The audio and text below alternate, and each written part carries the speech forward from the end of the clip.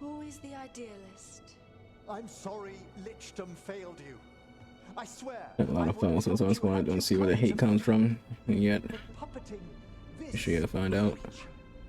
Honestly, like I said in my review, I don't know if you saw the review that I did months ago. I feel like a lot of the hate that that game got was mostly just reactionary people who just wanted to hate on stuff.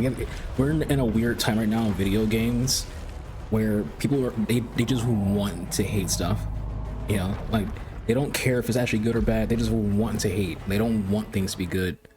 It's not of interest to them. You know, and it's not to say that Suicide Squad game is like an amazing game, but it's definitely not as anywhere near as bad as it made out to be. It's just not what people wanted, and like I feel like that's where like there's some valid criticism. When people say like they don't hate the game, they just prefer something else. Like that's where it's like understandable, because a lot of people they just wanted a they just wanted like a regular Batman style game because it's from Rocksteady. And that's pretty much it. Does the game put a blemish on their track record, in my opinion? So I'm just not saying that. No, I don't think it puts a blemish on their track record, because if the game is still, you know, an enjoyable video game, then nothing has happened to their track record. You know, they try to do something. Here's what it is. That game was made, like, games take 4 to 5 years to make when it comes to like just your average game. RPGs take longer. That game's been in development for a very, very long time, and at that time, the trend was live service games. Excuse you? So they made a game that's like trying to market off of like, you know, Destiny, and you know, same thing when it came to like, you know, why Anthem exists. Those games existed because they all wanted to like be like Destiny and the Division and try to get that exact same success, but they followed a trend. That's what WB wanted. They wanted to follow a trend. The developers that want to make the game that way, the people who pay the bills made to make the game that way. I don't fault developers who, you know, don't who get forced to freaking make a game they don't want to make. At the same time, like I said, it's still a decent game. Like there's, like I think I gave it a 6 or a 7 in my review on YouTube. Like I don't think it's like a bad game. If it was a bad game, then it'd be like, oh yeah, this hurts their legacy. This hurts, you know, their track record because they made a bad game. You know, making an okay game to me shouldn't be like a negative thing on someone's record, because you gotta also consider like you can't have like hit after hit after hit. Like that's not possible. As much as people freaking think there's games that do have hit after hit after hit, it's not the reality. And most times it's just people who are kind of like, I don't want to say have rose-tinted glasses, but they don't have the best interest at heart of you know, being realistic. Like you'll hear people who are like Rockstar fans go, Rockstar never made a bad game. Yes, they have. We just all kind of ignore it because we're too busy freaking enjoying freaking, you know, Red Dead and GTA, but kind of ignore the fact that quite a number of Rockstar games have been pretty mediocre, including some GTA games. It's not just say like Rockstar, but it's like every studio has had some hits and some misses. We just, depending on how society view them, would dictate how they feel about, you know, it being a miss. You'll ignore a miss if you're really, you know, feeling a development studio. And then what happens is after a few years, people will be like, oh, that game was bad or that game was good, because like now it's not cool to freaking say it. You know, revisiting history. We see that a lot with like games that were never considered bad and now considered good. I hear a lot of people nowadays say Andromeda was a good game. It's like, but I wasn't saying that freaking when it came out. I see people freaking say Anthem was a good game, but you wouldn't say that when it came out. It's people's actual opinions are hidden behind the fact that they want to fit in. So they just say whatever, you know, the popular thing is to say, instead of just having like their own honest opinion.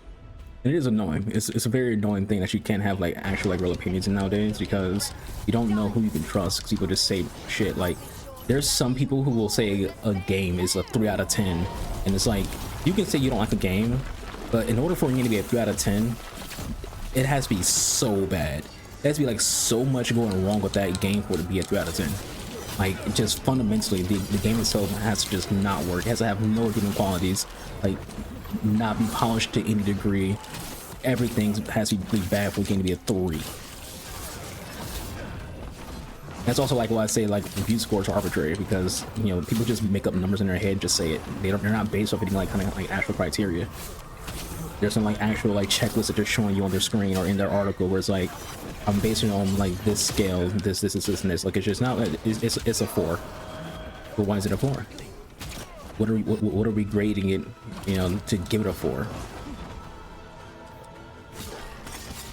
And same thing comes like you can't judge, you know, some games the same. Like, you know, a 3 out of 10, not the game, but like an 8 out of 10 RPG can't be graded the same way as an 8 out of 10 action game. They're not the same kind of genre, so you're comparing it to the genre, not every other game that exists. You know, so like if I say, let's just hypothetically, let's say I say FC 25, aka FIFA 25. What if I say that game is a 7 out of 10? But I gave an RPG a 6 out of 10, and so on goes. You think the sport game is better than this RPG? It's like, they're not the same genre. We're not comparing it to each other, we're comparing it to other sport games. It's an 8 out of 10 compared to other sport games. Again, hypothetically, I don't think S25 is like an actual freaking, you know. But that's what happens though. Like people, you know, they don't understand. Like, it's also like, you gotta be careful when it comes to like reviews. People don't know how to actually do a review. They just kind of like just say shit and people just go with it. Again, it's not to say like the Suicide Squad game doesn't have like, you know, bad things about it, because it does. Like I said, it's probably like a 6 out of 10, a 7 out of 10. It has its frustrations. Its combat can be a little, you know, annoying. It's not unique at all. You know, I felt like if it was more unique to like the character you're playing as, I'm literally bashing the fuck out of you right there, and the game just ignores me. There'd be a better combat, like just it being like just everyone's like a fucking shooter essentially. It's kind of lame. But it doesn't mean the game itself is bad though. I feel like it's disingenuous to just say it's a bad game. But at the end of the day, people have to just enjoy what they want to enjoy. Like it's fine to like, if you like respect someone's opinion, so like you want to know what they think the game is good or bad. But when it comes to like the mass majority of people on the internet, you can't, you know, just be like, you can't take what they say serious at all, because people's opinions, you know, they change like they change their underwear. You know, what people think today, they'll think it's something different, yes, in like tomorrow. Especially because like a lot of people's opinions are based off what society's political situation is. For example, like again, 5 years ago, the term woke wasn't really a thing in terms of how it's used now. Woke has been a thing since the 1940s. It's made by the freaking, I think it's like the 1950s actually, 1950s, 60s. It's made by the Black Panther Party as a way to, you know, communicate with the black people about the injustice going on in America. Then it got co-opted by the Hoteps in like the late 90s, and then I found it again, you know, like 5 years ago by the right wing to freaking.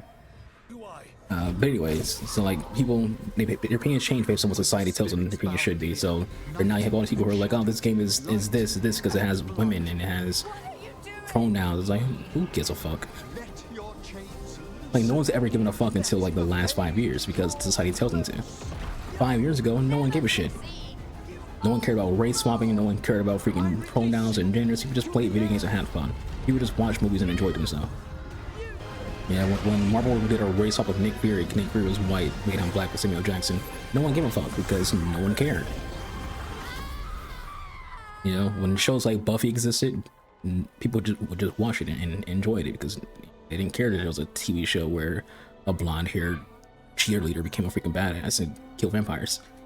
We just want to go watch it and enjoy themselves. Whereas like nowadays, if Buffy came out in 2024, people will say, oh, this is some DEI woke bullshit.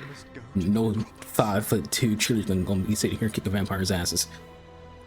Society has changed and what they complain about, you can't take people serious because they don't give you like an actual reason for why their opinion is what it is. To quote Pingu, who's an R6 player, someone told him in his chat that R6 is trash. He asked why. And the guy's like, because it's trash. He's like, I don't care what your opinion is. I care about your reasons behind your opinion. So that's what people should take value in. Don't care if someone says something's good or bad. Care why they think it's good, or why they think it's bad, and in detail that they get you on their reasoning. Because their reasoning will tell you if they have a genuine freaking opinion, or if they're just talking out of their ass, or being a bad actor, being disingenuous. Thank you, Drake, too. I want to. I heard bad things about it though. But I probably still will get it because I like the first one enough. We shall see when it comes to Dragon's Dogma. On population in the finals. It's probably damn near dead on Xbox and PlayStation. They don't show their numbers. The only platform that shows numbers is Steam. Xbox and PlayStation and Epic don't show numbers. It had a bigger player base on PC though, so if it's low on PC, then it's low on console. The finals currently have 13,000 people playing it, which is not a lot. Its all-time peak was 242,000 was its highest peak. That's all time. It averages 3,000 people. Its peak players in the last 30 days is 20,000, which is not a lot. That's on Steam, so it's probably like, if I take a guess for Xbox and PlayStation, it's probably around 6,000 on PlayStation. On Xbox, probably around 5 to 6 on PlayStation. Because generally when it came to the finals, they always had higher numbers on PC than they did on console. This might even be lower than that for both platforms. It might be like in the 3,000s or lower. I'd imagine that when it comes to like the finals, it's mostly just people on PC playing the game right now. Just saying it's a dead game. It's not a dead game if it has, you know, a few thousand people on it. But the finals is not. I'm sure it's not what the developers want it to be. But the thing is, as they always pointed out, is gamers don't like new games. They like games they've already, you know, been used to. Especially when it comes to shooters. The thing you understand about when it comes to shooters, gamers don't want to play new shooters because gamers don't want to be bad at anything new. A lot of gamers, and again, I want to preface this, if it don't apply, let it fly. Which means if it doesn't apply to you, it's a general statement. A lot of gamers, they don't want to play anything that they can be bad at. They play a shooter or two and they get used to that shooter and they learn how to play that shooter, learn all the mechanics, things like that, and they become decent at it. Most people on average are like, you know, decent at a shooter. Very few people in any population is actually good or better than good. Most people are just decent, you know, which have like 500s, aka they're going, you know, even more often than not. It's actually worse now than it was before. Back in the day, I want to say, I don't remember the numbers because these are like actual numbers and not things I'm making up. I think I said, I want to say 6 years ago, the average FPS player was like a 1 KD.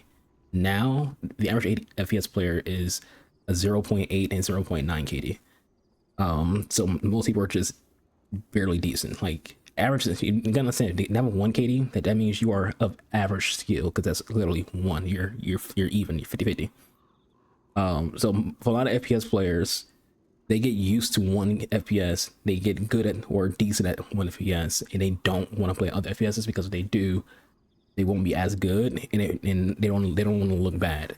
So you see someone that plays like, let's say Apex, they don't want to go play Warzone because they might suck at Warzone, and they don't want to have to be bad at a game because they used to be being good at Apex. When it comes like the finals, people who, you know, play extraction shooters, they're used to certain kind of FPS games. They want to go to play the finals and get their ass beat and like, alright, well, I don't want to acknowledge that I suck at this game, so I'll just say that the game sucks. But generally, because of finals and why it's like not succeeding right now, it's just content. Not enough content for the game. Also, there's not enough people who can care. People don't, like, again, they play. This is also a study. 60% of gamers play games that they're used to, that are part of franchises, and games that are 5 to 6 years old. That means Call of Duty, Fortnite, Apex, you know, the FIFA games, Madden, you know, these yearly releases. That's what most gamers are playing. They don't want to play new shit. They say they do. The average gamer always say that they want new games, but when new games come out, is the numbers show it. The data shows that gamers do not buy new games. Most games that are new, they get like a population. They get a population when they become free games. So they go into like PS Plus, they become Epic games that can become like free games a week, or Xbox Game Pass. That's when like a lot of like new-ish games start getting like big populations. Like right now, with that Suicide Squad game being on sale for like $5, it's probably gonna be a huge jump in population. They didn't show the numbers when it was on Epic Game Store. I'm pretty sure it had a population increase. I think if that game can get like some good press, like, you know, some people who are content creators who talk about it, that game could get like, you know, enough attention to survive. I know I'm a content creator, but I'm a small content creator. So, you know, my voice don't mean shit. So I say the game is worth playing. There's only many things, and not so has a million freaking subscribers. Torn apart, just really slowly. Ah, Even though we do the same job, the numbers matter when it comes to who people listen to. My values is cut off by my size. Even though you think about it, doesn't mean that shouldn't, you know, be how validation works.